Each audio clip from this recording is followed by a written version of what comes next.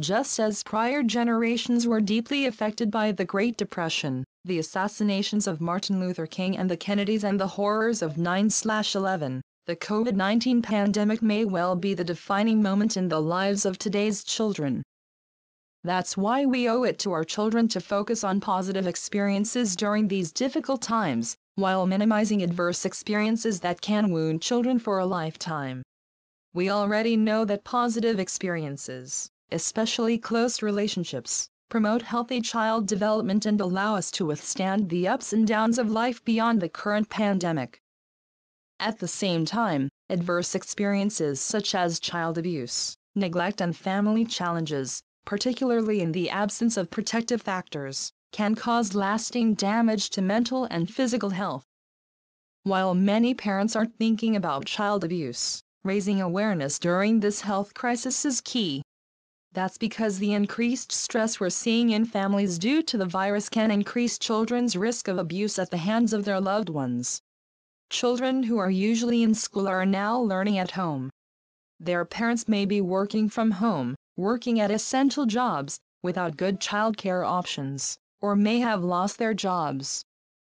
Children who are being abused or neglected are more likely to go unnoticed without teachers and others to help them. Anyone worried about the possibility of abuse or neglect can still contact the National Child Abuse Hotline, 1-800-422-4423 or childhelpline.org. Crisis counselors answer calls 24/7 and provide crisis intervention, information, and referrals. Some families will find that heightened stress can result in domestic violence, which itself deeply affects children. If there is a gun in the home, there may be greater risk, and local police are trained to help. Call the National Domestic Violence Hotline at 1-800-799-7233 or by chat at thehotline.org. April is Child Abuse Prevention Month, a perfect time to raise awareness and take actions to support children and create experiences that will help them understand, grow, and be resilient in this unprecedented time. Talking with children. Ask children about their feelings. Try to listen without judgment. Just being heard strengthens your important relationships with your children. Children need to know that they matter. Explain why physical distancing, staying at home, not playing outside with their friends, and canceling school are personal sacrifices that they, and we, make for the good of all of us.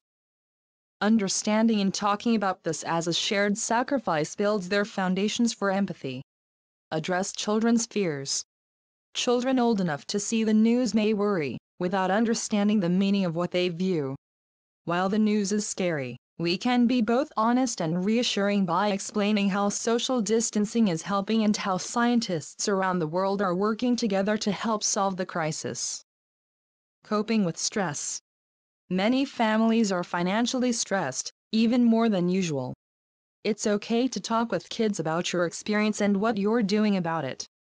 Find resources to make it through this difficult period. Fortunately, communities, local, state, and federal governments, and many businesses and nonprofits are helping meet basic needs. Some of us have work we can do at home. While this is a blessing, it's also confusing for children, and stressful for us. For younger children, establish routines so they know when you can be interrupted, and activities to do when you're not. Be kind to yourself. It's simply not possible to have both normal work productivity and be constantly available to your children. If you need to turn the TV on and have kids watch a movie or play a video game to give you time to focus, it's okay. Parents sometimes need a timeout too. It's fine to take a moment for a deep breath, or even step inside a locked bathroom or outside patio to decompress. Our kids are watching and learning how to best deal with stress. Try to stay calm and unapologetic about taking time for yourself so that you have something left to give your kids when you're in the right headspace. Reaching out and maintaining community. Kindness toward families. We are seeing an outpouring of kindness to families with children at home. Neighbors are dropping off diapers for economically stressed families, writing uplifting messages in sidewalk chalk, and putting teddy bears in their windows for toddlers and young children to find on neighborhood walks. Think about what you can do for families in your community. More technology is okay. Maintaining our own social connections and those of our children means more reliance than ever on the web.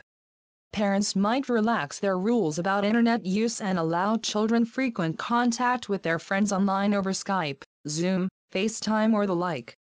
Similarly, having a virtual cup of coffee with a friend can reduce our own isolation. Expect to have times of depression or anxiety. Those of us who have dealt with these conditions in the past may want to seek help early. If you, or a friend or family member, is considering harming themselves, respond immediately and get help. Turn to your doctor or mental health provider, or call the National Suicide Prevention Hotline at 1-800-273-8255 or visit suicidepreventionlifeline.org for 24/7 access to a trained counselor.